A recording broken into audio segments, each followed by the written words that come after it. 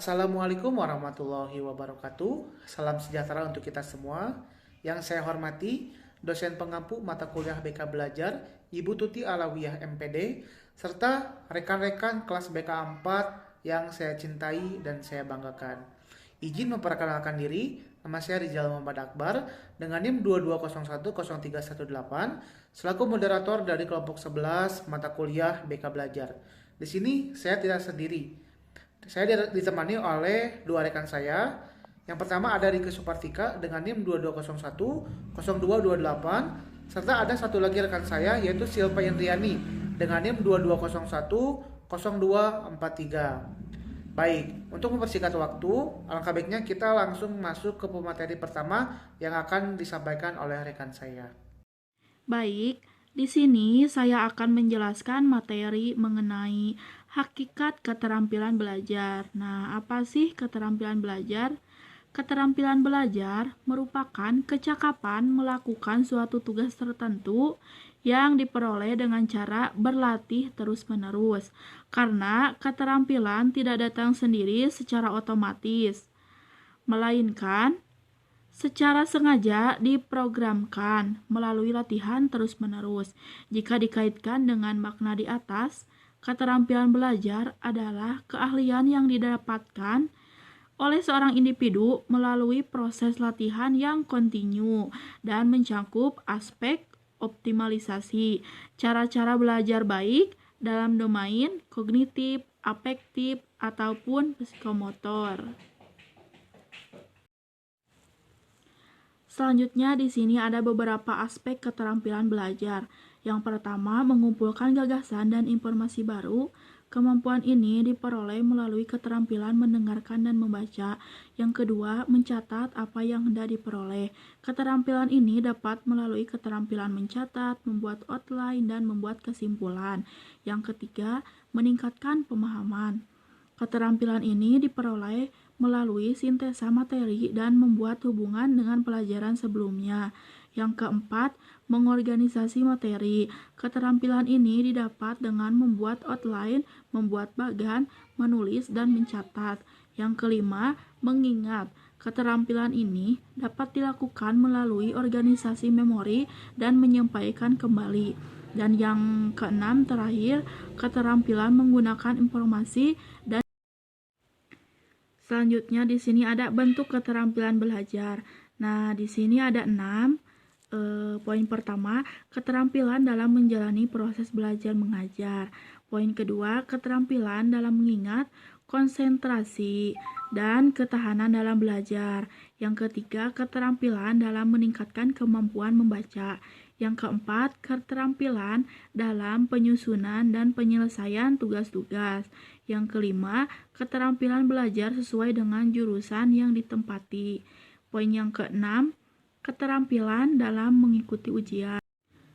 Materi selanjutnya mengenai sikap belajar positif. Nah, apa sih sikap belajar positif? Sikap belajar positif adalah kecenderungan seseorang dalam berperilaku yang menunjukkan antusiasme, semangat, dan motivasi yang tinggi dalam proses pembelajaran. Sikap belajar positif dapat membantu meningkatkan kualitas hasil belajar.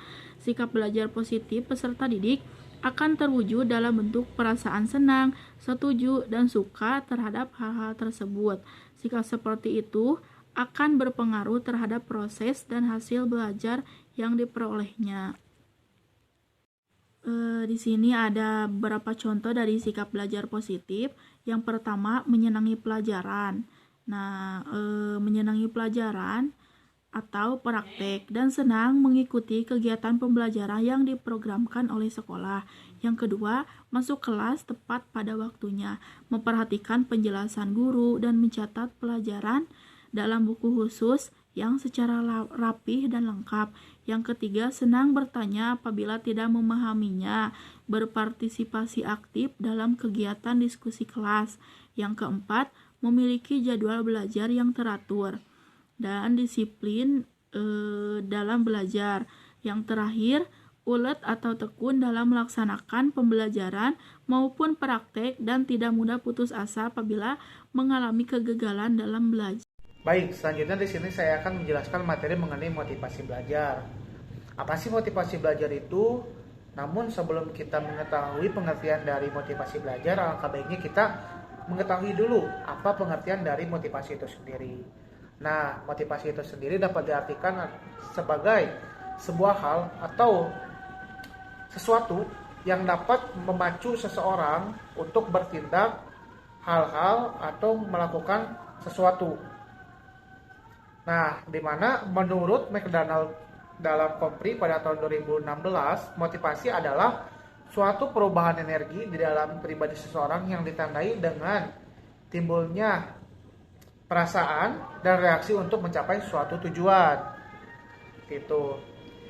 Dan untuk di motivasi belajar sendiri terdapat beberapa motivasi yang harus dilakukan, khususnya dalam motivasi belajar itu sendiri. Untuk yang pertama, motivasi sebagai dasar penggerak atau motivasi yang menjadi acuan agar mendorong seseorang untuk bisa belajar, untuk bisa melakukan aktivitas pembelajaran. Untuk yang kedua, motivasi berupa pujian. Nah, di sini motivasi berupa pujian adalah bisa dilakukan oleh seseorang, khususnya kita sebagai calon guru atau bahkan kita sesudah menjadi seorang guru.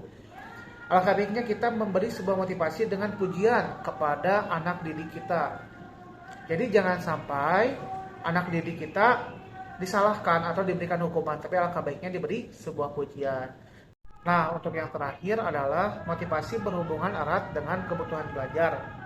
Nah, dalam kehidupan pasti seseorang membutuhkan sebuah penghargaan, perhatian, ketenaran, status, martabat, dan lain sebagainya. Jadi, motivasi itu juga sangat berhubungan erat dengan proses pembelajaran, khususnya bagi anak-anak atau peserta didik yang melakukan pembelajaran, karena sudah menjadi hak dasar atau menjadi sebuah kebutuhan dari peserta didik ketika akan melakukan pembelajaran harus memiliki motivasi terlebih dahulu. Apabila tidak memiliki motivasi, maka belajarnya itu tidak akan didasari dengan hatinya, tapi seolah-olah hanya sebuah hal yang harus dijalankan, tapi tidak diartikan sebagai suatu kewajiban atau sebagai hak dasar dari seorang individu tersebut. Baik, apabila sebelumnya sudah saya jelaskan mengenai prinsip-prinsip di dalam motivasi belajar, yang selanjutnya ada bentuk-bentuk motivasi belajar yang bisa kita lakukan sebagai seorang guru atau calon seorang guru yang harus kita ketahui dari sekarang ini. Yang pertama, bentuk motivasi belajarnya itu adalah mengenai pemberian angka atau suatu nilai. Nah, banyak siswa belajar karena dia ingin mendapatkan suatu nilai yang baik dalam suatu ujian atau suatu ulangan. Sehingga dalam pemberian nilai atau angka juga dapat menjadi salah satu motivasi belajar dalam melihat kemajuan belajar dari seorang peserta didik. Yang selanjutnya, pemberian sebuah hadiah atau suatu reward. Nah, pemberian hadiah atau suatu reward juga dapat menjadi motivasi belajar bagi peserta didik. Karena apa? Karena atas usahanya, karena atas semangat belajarnya, dia memberikan atau mendapatkan suatu hadiah yang dimana untuk kedepannya juga hadiah ini dapat menjadi pemicu atau menjadi motivasi agar dia lebih baik lagi ke depannya. Yang selanjutnya memberikan ujian atau memberikan ulangan. Nah, di sini berguna untuk melihat tolak atau menjadi tolak ukur sebagaimana dia serius apa dia menjalankan ulangannya atau proses belajarnya, sehingga dalam memberikan ulangan ini juga dapat menjadi tolak ukur seberapa serius dia melakukan proses pembelajarannya. Dan untuk yang terakhir dari bentuk-bentuk motivasi belajar ada mengetahui hasil. Nah, di sini berkaitannya itu dengan pemberian angka atau pemberian nilai tadi. Nah, dari setiap siswa atau setiap peserta didik ketika sudah mengerjakan suatu tugas atau suatu ulangan, suatu ujian, maka peserta didik juga alangkah baiknya diberitahu hasilnya. Jadi dia juga dapat introspeksi diri sebagaimana atau bagaimana sih hasil dari proses pembelajarannya, apakah menghasilkan sesuatu yang positif, bahkan sebaliknya atau negatif. Nah, dari pengetahuan hasil juga ini, misalnya nilai seseorang peserta didik itu dirasa kurang, mungkin dapat menjadi salah satu motivasi agar dia lebih baik ke depannya untuk merubah nilainya yang asalnya kurang menjadi lebih baik lagi. Nah, untuk yang selanjutnya, materi yang saya akan sampaikan adalah mengenai teknik belajar efektif. Di mana teknik belajar efektif sendiri adalah suatu cara yang dirasa paling tepat ketika seseorang atau peserta didik ingin melakukan proses pembelajaran. Nah, di mana salah satu teknik bimbingan dan konseling dalam BK Belajar ini sendiri adalah dapat diterapkannya dengan self-regulation learning, yang dimana self-regulation learning adalah dapat diartikan juga individu mampu menentukan tujuan dan menggunakan strategi yang baik akan pembelajaran yang akan dijalaninya.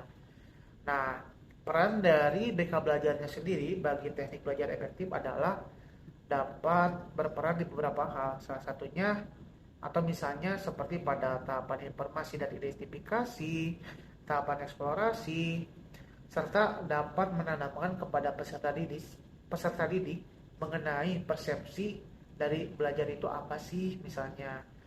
Dan juga dari guru BK-nya sendiri dapat melakukan monitoring, regulasi dan kontrol kognisi, motivasi yang sudah saya jelaskan tadi, terus perilaku dan karakter dari lingkungan peserta didik itu, sehingga dapat berpengaruh juga kepada hasil dari pembelajaran peserta didik.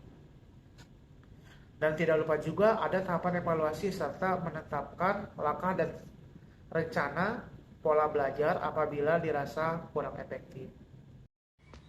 Di sini saya akan menjelaskan tentang menetapkan tujuan serta perencanaan pendidikan. Perencanaan pendidikan mempunyai peranan penting dan berada pada tahap awal dalam proses manajemen pendidikan, yang dijadikan sebagai panduan bagi pelaksanaan, pengendalian, serta pengawasan penyelenggaraan pendidikan. Perencanaan mempunyai suatu proyeksi tentang apa yang harus dilaksanakan guna mencapai sasaran serta tujuan yang telah ditetapkan. Di sini ada kesiapan mental dan keterampilan dalam menghadapi ujian. Menurut Gulo, dikutip oleh Salamah, kesiapan mental yaitu suatu titik kematangan psikis untuk menerima dan mempraktekkan tingkah laku tertentu. Dipertegas oleh Good, kesiapan mental sebagai suatu kemauan atau keinginan tertentu yang tergantung pada tingkat kematangan, pengalaman, dan emosi.